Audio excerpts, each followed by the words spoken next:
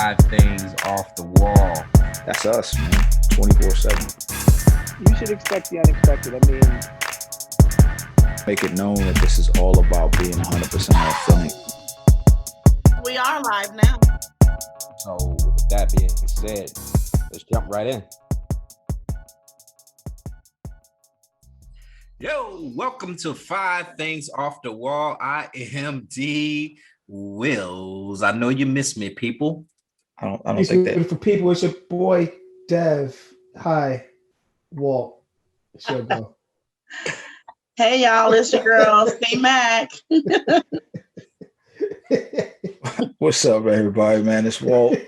Derek, I'm confident nobody missed you, man. If they missed you, they Especially missed all those of us. errors. I feel it. Yeah, the air guns. That's right. I feel the energy. I feel it. I definitely think the Especially air with guns your inappropriate. son.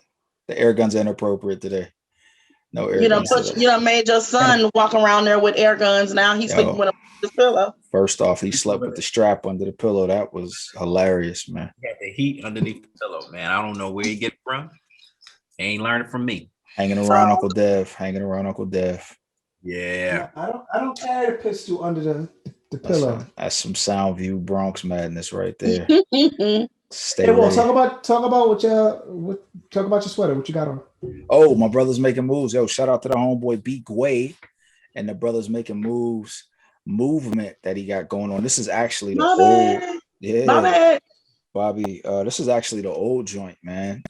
But I got this from him when he first started the movement. So, you know, I'm always gonna support the fam and what he got going on, and this is definitely dope.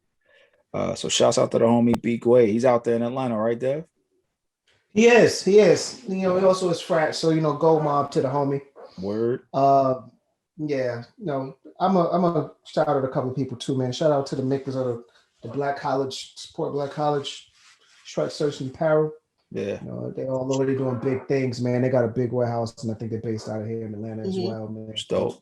I do have one of those too. Yeah, I like she does. Yes, Spider does. Yeah. Also, shout out to my hat. You know, it sees Nobodies with the Portland Trailblazers emblem on it. Shout out to the good brothers at 2022, and Nobody Famous Nobodies, excuse me. Yeah. Black and brown businesses, man, based out of the Bronx. They had a pop-up store happen maybe about a couple of weeks ago in Atlanta. And again, that's 22 and famous Nobodies, man. Shout out to them brothers doing it. Cool. And you know what? We doing shout outs. Carmelo. Let's shout out. And Carmelo does rep the famous Carmelo does rep the famous Nobody's brand and gear as well. So shout out to that's bang.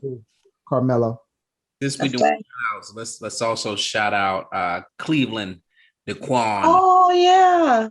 The SC State face mask. Yes. So actually, mine is upstairs. I caught me some too. Had to support.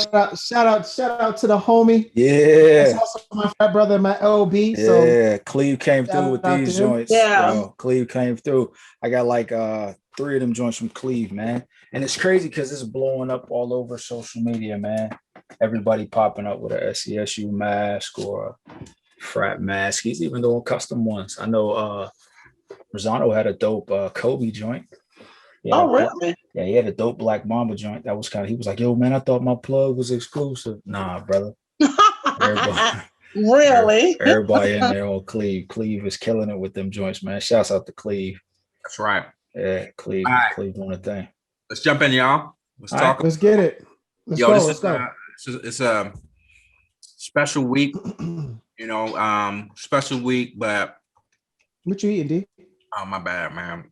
I had a piece of candy right there, man. Oh. Yeah, so we're gonna go ahead and fire you from introduction duties if you want to eat. Yeah, being that you know, I can, you know, I'll step in, being that you getting busy right now. Yeah, enjoy your candy. So right.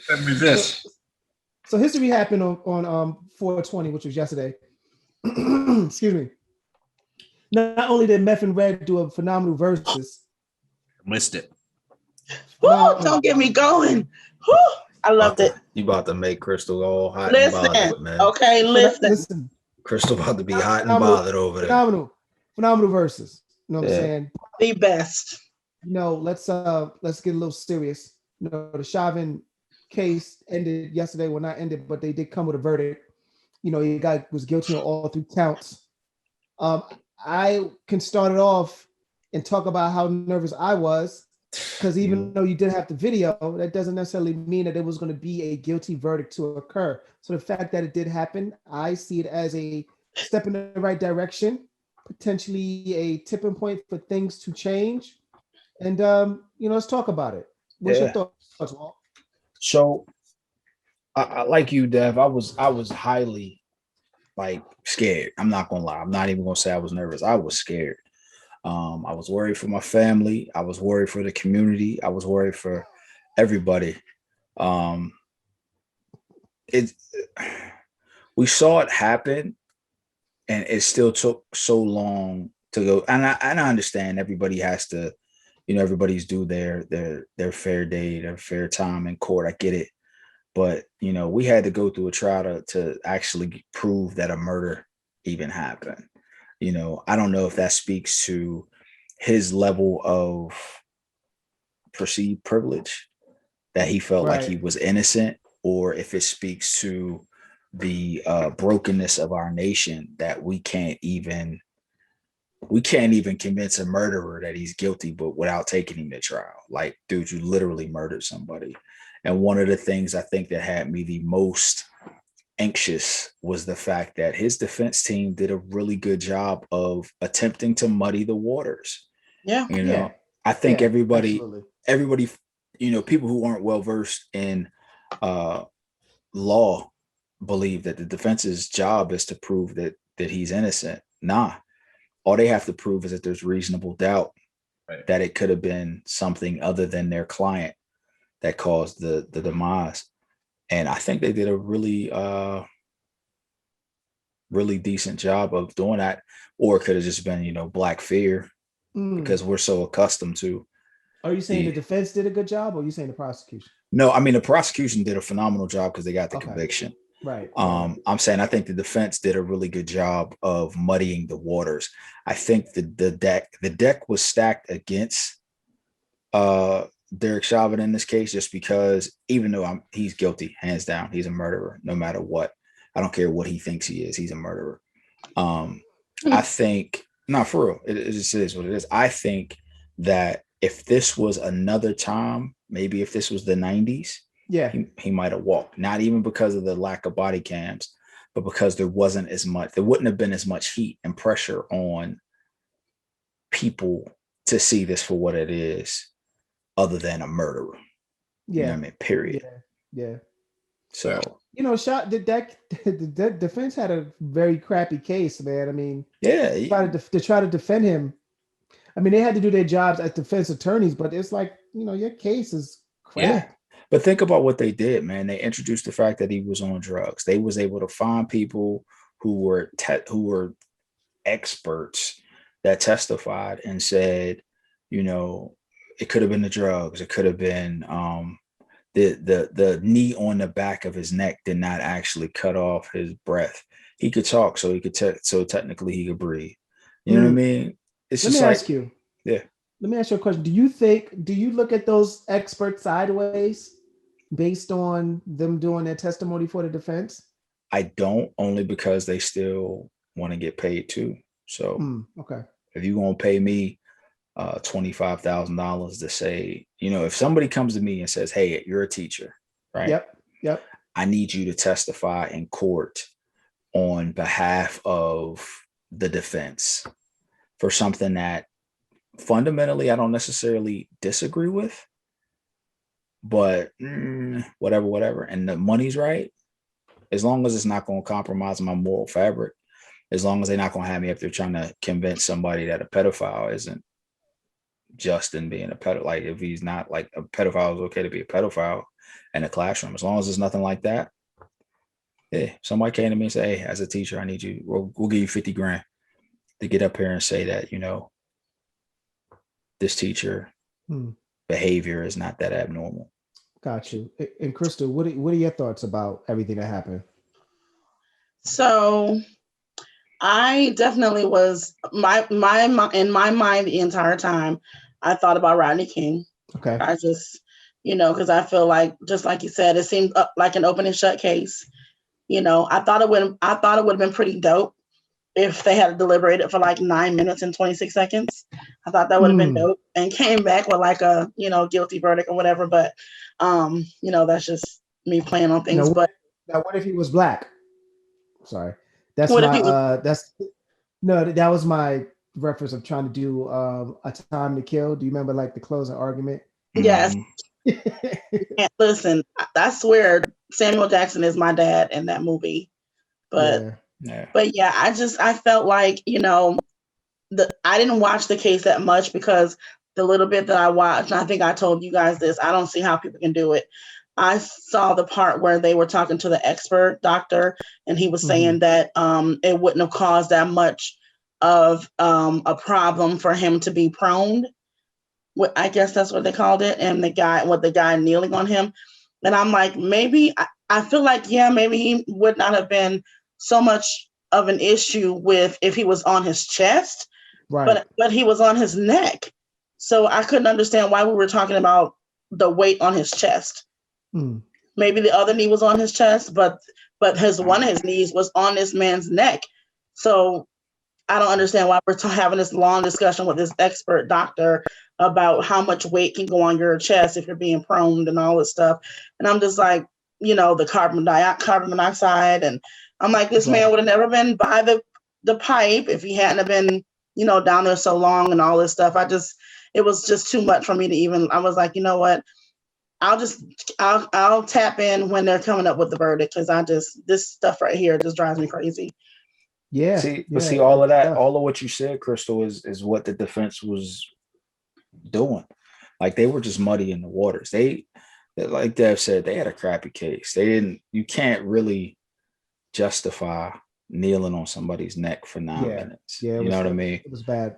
Yeah, with your hands in your pocket, looking at everybody like, I really feel like, honestly, I feel like his pride put him there for so long. Like I think that he was so prideful that people were telling him to get up.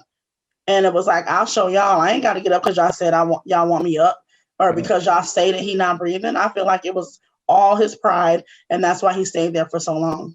Yeah. I mean, think about it. Like they even use the crowd as a possible possible contributing factor to his death. He was afraid. The crowd, it's trash. Yeah, for sure. And Derek, what are your thoughts about the situation? I think they had some really good witnesses that came forth to the defense. The prosecution had some really good witnesses that made some really great statements. Like the young lady that said, she cried herself to sleep, wishing that she could have done more, but then realized, no, it wasn't me that should have done something. And she was Chauvin that did something. And it's also bittersweet to me, right? Because we should have never had to get to the point to where this trial was happening, someone being killed, right? And then it doesn't bring this individual back. So his family, right? They're forever going to have to deal. This is something they always will remember, right? They're going to remember the case. They're going to remember this day, but then they're always going to remember that they lost a family member. And a lot of family members were saying, we don't get to hear him laugh anymore. We don't get to hear him, see him smile. Or he don't get to play with his daughter anymore. So those are the things that for me makes it bittersweet. So, but we'll see what happens. I think it all comes down to the sentencing. So let's see what happens when the sentencing comes forth. So I'm feel good about that though, because the judge remanded him immediately to custody. So I'm less concerned with the judge pulling something crazy like and denied his bail and stuff. Yeah. Right? So I feel like the judge is going to let the judicial system play its part. At minimum, he's looking at 10 years. Yeah. So I think another thing that played a part in a lot of this too is the reaction from the world. The world was watching. Yeah, this resonated. I mean, this has sent shockwaves throughout the entire planet. Yep. But do you think this was different than Rodney King? Like you don't think, well, I mean, times are different, right? Because we got social media. Correct. But so I think in terms of that, yes, Crystal is different because everything is heightened now in terms of attention because of social media. I also think that it's different in the sense of the case itself and the charges that were brought up. You know, you always got to be mindful of the charges that are brought up. And in this case, I think the prosecution did the right thing by not only going with the charges that they did go with, but also adding the second degree murder charge. Because if you remember, that charge wasn't a part of the original indictment. So for them to be able to add that, which is the most important one, you know, that played a major part in a major role into this. So do you think that I don't know, I just feel like the change in the White House has a lot to do with the way people are thinking? Do you feel like any of that is kind of correlated? Like, do you think it would be like this if Donald Trump was still in office? I don't know. You know, the timing of it is what it is. You know, would Donald Trump's speech be different than what Uncle Joe or Moneybag Joe, whatever you want to call it, would have been different? Absolutely. Moneybag Joe. But let's just say this. Let's just be thankful that we don't have to worry about that or even witness that, right? Yeah. You know what happened. What happened happened the way it was supposed to happen, and we just need to be thankful for that. You know, we are very saddened, and we do want to still say sorry and condolences to the Floyd family, because like I said, George doesn't come back. That's right. That void is still there, but it's a step in the right direction. It is. And I know also legislation is going forth before the Senate. I think it's the George Floyd Act. So right. We'll have to see what Congress does. I don't know the ins and outs of the law, so I'm gonna have to do some research on it. But okay. I think it's definitely supposed to be something positive in the case of some sort of reform when it comes to law enforcement. So I know we said, does this remind you of Rodney King? This actually reminds me of another case when the outcome was identical. Johnny Gamage. The only difference was that the officers that killed Johnny Gamage were not convicted.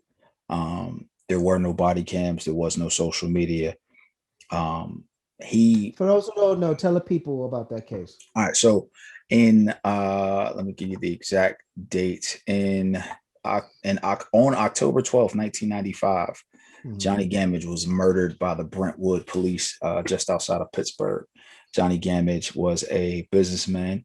He was driving a pretty nice Jaguar. It wasn't his. It was actually his cousin. His cousin was Ray Seals, who played for the Pittsburgh Steelers. He was a pretty prominent player at the time for the Steelers. So he was driving through Brentwood. Brentwood is a known racist part of town. So Derek just gets up and disappears with no disappears. Right. So shout out to upstate New York. He's from Syracuse. Right, he's from Syracuse. So he was from Syracuse, but he died in a similar fashion. The cops say that there was a struggle that ensued. The only witnesses were the cops and a tow truck driver, Wow. And after 7 minutes, he died. Wow. He died from Cyril Wecht, the coroner at the time, determined that he died from asphyxiation to the chest and neck. Wow. So it was a very similar situation to George Floyd. So when I think of the George Floyd case, I immediately thought of Johnny Gamage. But I think what kind of made me, I guess, enraged a bit was that was 20 years ago? Right. And it's literally the exact same behavior. Like that is a police practice. That's a police practice. Pin down the big, dangerous looking black guy, no matter how. And it doesn't matter how long. It doesn't matter how uncomfortable. I mean, they choked out Eric Garner for selling loose cigarettes. You know what I'm saying? So it's just like, that's what the police do. They don't, it's not a This isn't a thing of where he could have lived if and how, but it's just like the tendency seems to be, you know, do whatever it takes to end the person, you know. I think that this is going to, you know, make cops start thinking twice about, like, you don't think so? Is it? I think that if we had to start doing this a long time ago, So finding them guilty. It wasn't even 24 hours. It wasn't even 24 hours. So here's my here's my thing on that, you know. Was his case pretty much so open and shut that, you know, people were like, if you don't do this conviction, like we know like the system is definitely rigged. Like, so did they have to make an example out of him by, you know, but it was sacrificial lamb, right? No, because in saying that lets him off the hook. What you did wasn't that bad. You're paying the penalty for all the other people. All these other ones. No, it was terrible. What he did was horrible. That's why he was convicted. What he did was horrible. Yeah, I mean, I agree with that. I'm just talking about, you know, the justice system, right? Here's the thing, right? So and I know we want to move on. So